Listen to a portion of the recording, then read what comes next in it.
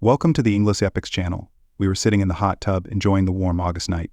Next to me sat my wife, Elaine. Opposite Elaine sat her mother, Lydia. While Elaine wore a revealing bikini, Lydia was dressed in a conservative one-piece swimsuit. Elaine had already had a few drinks, while I wasn't much of a drinker and was still on my first glass of wine. Lydia, needing to work the next day, abstained from drinking.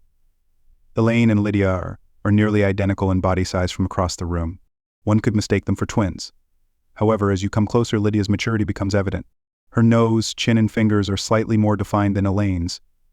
Our usual Friday routine was to watch a movie and then relax in the hot tub. We had just finished watching a film about a woman finding love after 50. My mother-in-law is 45. She had Elaine when she was 16. They remind me more of sisters than mother and daughter. Elaine constantly clashes with Lydia. They can argue over the most trivial things that I was listening to Elaine and Lydia discussing the merits of the movie when the conversation took an unexpectedly interesting turn. "How about you, Mom?" Elaine asked. "Do you think you'll ever get married again?" "I don't know," Lydia replied. "I'm in love, but I have no idea what the future holds for me." "What? Wait, you're in love? With who? How? I haven't seen you on a date in years." "He's married." "You're involved with a married man." "I don't believe it." "Miss Destroy All Cheaters has a married lover." "I'm not involved with a married man." "I'm in love with a married man?" "He doesn't know."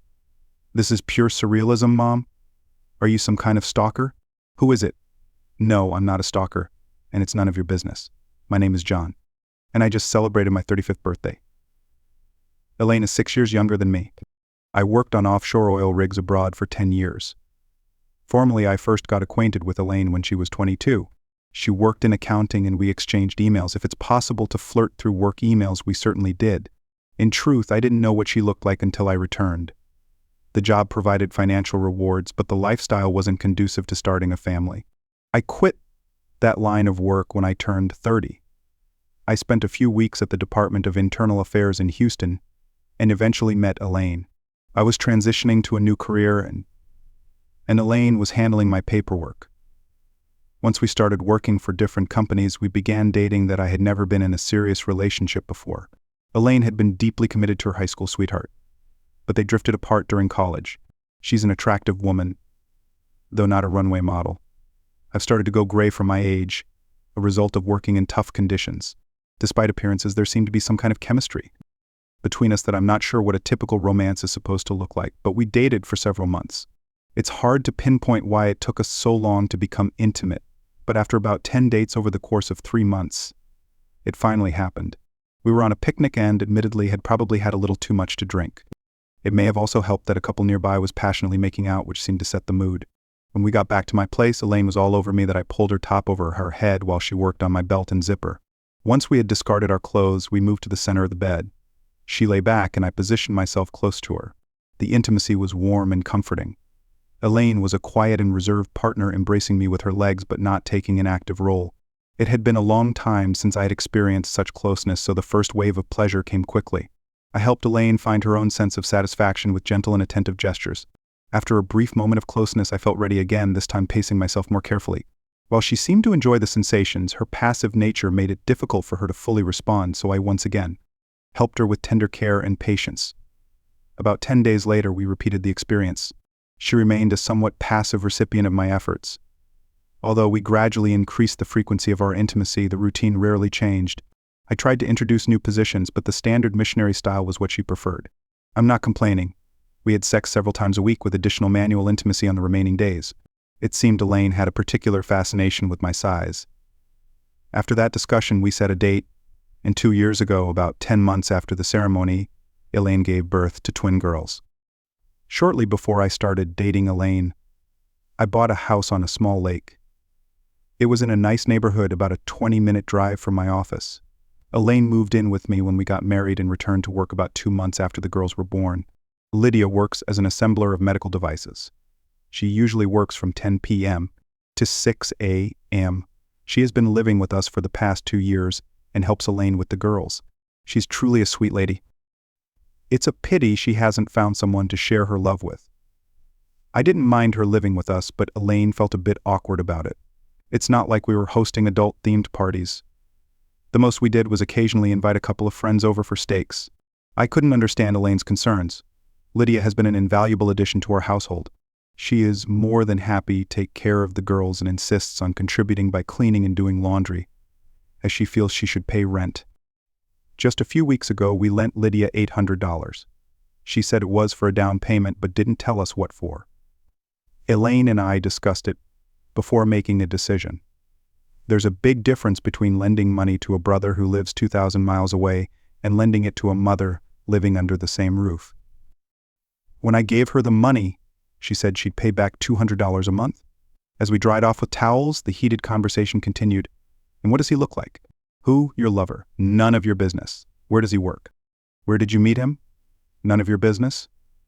I'm not sharing details. Fine, he lives at the North Pole, and I see him every Christmas. Got it. Lydia went downstairs to get ready for work, and I helped Elaine tidy up. Today's conversation had an unexpected upside for me. It led to one of the best intimate moments we'd had in quite a while. What got you so worked up today? I asked. Just the thought of Mom having a lover. I don't know. I forgot she's a woman. She's just... So technically he's not her lover yet. Yeah, I guess so, but I still find it fascinating. Our sex life before marriage was predictable, much like our family routine now. Elaine got pregnant almost immediately after we got married. Then came the twins, her mother moving in, and our work responsibilities. These are, all excuses, but we haven't yet found that zone of comfort and enjoyment when it comes to bedroom activities. Elaine never lets me go too long without some form of attention, though that I enjoy caressing her and inhaling her natural scent. She touches me, but it's not quite the way I'd prefer. Recently she tried using her feet, which was different and surprisingly pleasant. The conversation continued after dinner on Saturday evening. Mom, why are you just sitting around waiting for your lover? Why not keep looking until you find someone who's available? I wish it were that simple. When you're in love, it's hard to think about anyone else. How long are you willing to wait? Well, I actually think I have a chance. I suspect his wife is cheating on him. If he kicks her out, I'm planning to fluff his pillows before the scent of her shampoo fades. Mom. What? I had no idea you could be like this. You really want him, don't you? You're acting as if you've never been in love. Mom, have you forgotten the father of your grandchildren? Well, then you probably know how I feel. Let's say his wife is cheating on him. What do you think he should do about it? The possibilities are endless. Poison her, smother her in her sleep. An accidental overdose. If she passes out in the bath, she could drown. Playing with guns is messy, but a well-timed shot during a late-night drive. I could even help him find a way to get some poison, slip it into her drink or something. I still have that pistol case in the basement. I think some of these methods could be made to look like accidents. There she is, the mom I remember. Miss Destroy All Cheaters. Lydia once tried to get married.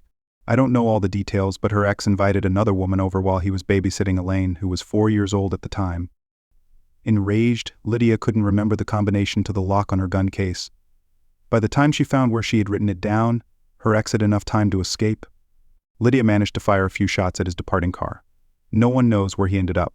Whenever we watched a movie about marital infidelity, Lydia passionately insisted that every cheater deserved to be killed. For such a sweet lady, this sentiment seemed out of character. I suspect the pain from her marriage cut very deeply. If ever there were a poster woman for the old saying, "Hell hath no fury like a woman scorned," it would be Lydia. Part of living in our neighborhood is the sense of community. We have a rotating barbecue party every 2 weeks. There are probably a dozen families who participate, ranging from the Harmons, who are in their 70s, to the Seymours, who are newlyweds and younger than Elaine and me. In 2 weeks, Rex Hansen will be hosting the next one. Rex is a true firearms enthusiast.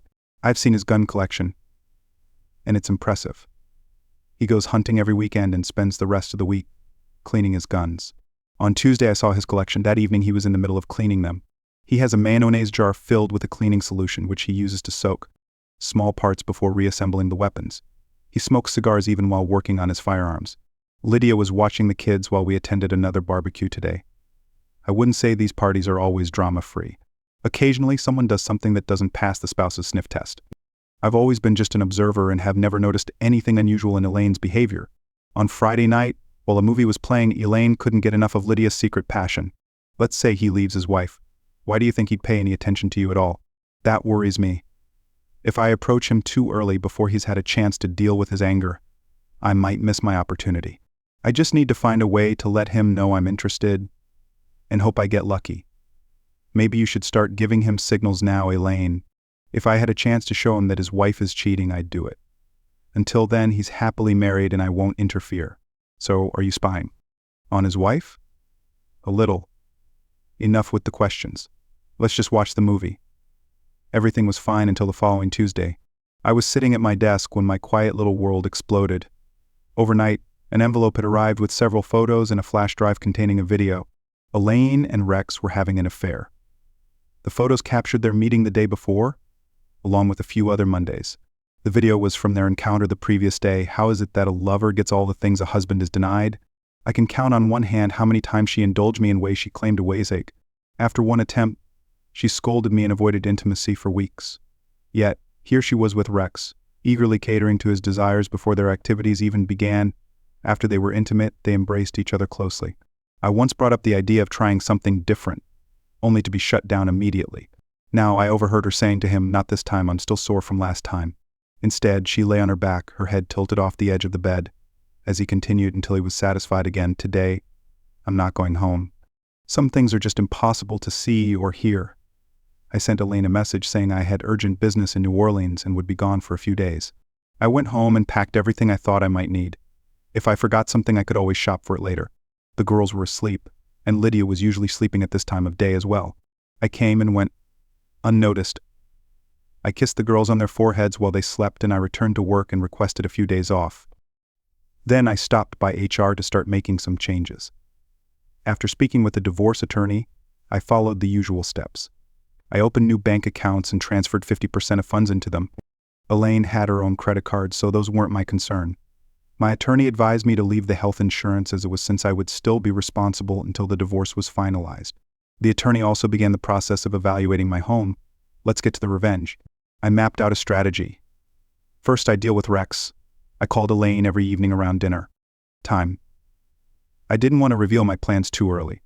Telling Elaine that the patio needed some repairs, I asked her to pick up a few painting supplies from the hardware store. When I returned home on Friday, I told Elaine that during the flight I sat next to someone who couldn't stop coughing and that I wasn't feeling well. She seemed concerned about my health, but I didn't fall for it and avoided kissing her. As much as I wanted to hug and kiss my girls tightly, I had to stay in character. Elaine told Lydia that the usual Friday evening movie and hot tub routine were canceled since I wasn't feeling well. On Saturday morning, I told Elaine I was feeling much better and suggested we could attend the neighborhood barbecue. That evening, I didn't notice anything inappropriate between Rex and Elaine. If they spoke at all, it was just a polite hello. I excused myself, saying I needed to step away for a moment, quickly headed to my car, and then made my way to Rex's basement. Rex was a gambler by nature. Every Tuesday evening he cleaned his firearms. One of the items I had asked Elaine to buy was a can of paint stripper. I wore latex gloves, ensuring the only fingerprints on it would belong to Elaine. I specifically requested a brand containing methylene chloride, a chemical banned in many countries but not here. I emptied the mayonnaise jar Rex used for cleaning small parts, refilled it with the paint stripper, and placed the new jar on the far edge of the shelf. Since both liquids were colorless, Rex could only detect the difference by smell. Given that he puffed on cigars while cleaning his guns, he likely wouldn't notice anything unusual. This could prove to be a fatal mistake. If Rex stayed in the room for more than a few minutes, he would start to feel dizzy and disoriented. The warning on the can clearly stated it should not be used in an unventilated area. If Rex didn't leave the room within 30 minutes, he could suffocate or suffer long-term heart or brain damage. That I returned to the backyard before anyone noticed I was gone. By Wednesday, it was the hazmat team that carried out the body bag. Cut down in his prime. What a shame. How hard is it to read the warning labels on a product? It seems wrong that something so readily available could kill so easily. The 10 News ended with an in-depth report exposing the dangers of this particular brand of paint stripper. On my way home from work, I played the part of an ignorant bystander. It was clear that Elaine had been crying. Lydia kept busy tending to the girls. Dinner passed quietly. "What's bothering you, Elaine?" "You look worried," I asked. "John, did you hear? They found Rex dead. Already lining up a replacement." "A replacement? What are you talking about?" "A replacement for what?" "Don't worry, Elaine. You'll find someone else to sleep with." To say she was caught off guard would be an understatement. What the hell is that supposed to mean? That means you were regularly sleeping with Rex. And now that he's dead, you'll have to find someone else. You've lost your mind. I've never done anything like that. For God's sake, you might even be the last person who saw him alive. I want to see the photos. Or maybe the video? From the side I heard Lydia's voice. "Can I see them?" "Mom, no, sorry, this has spiraled out of control." "I'm sorry. Let me explain." While Elaine pleaded for understanding, Lydia left the room and returned a few minutes later. Lydia handed her daughter something and said, "Elaine, here, drink this. Or maybe you'd like to lie down and rest. Perhaps a bath would do you some good." Elaine literally ran down the hallway and slammed the bedroom door shut. Lydia tried the doorknob. "You can run, but you can't hide, Elaine." I collapsed onto the couch. A moment later, Elaine opened the bedroom door, shoved past Lydia, grabbed her purse, and rushed out of the house. She had a small suitcase and a duffel bag with her. She left the front door wide open, and I watched as her sedan pulled out of the driveway. "John, could you come here for a minute?" Lydia called. I found her in my bedroom fluffing the pillows. "John, all I'm asking for is a fair chance when the time comes," she said, handing me a piece of paper. It was an invoice from a private investigator showing a paid advance of $800. She had written a note, "John, I might need help covering the remainder." I kissed her in a way that was highly inappropriate for a mother-in-law. "You deserve more than just a fair chance. I'll let you know when." Since Elaine stormed out, things have been eerily quiet.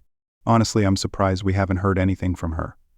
I thought her maternal instincts would kick in and she'd want to see the girls, but no. Lydia is more than capable of taking care of the twins.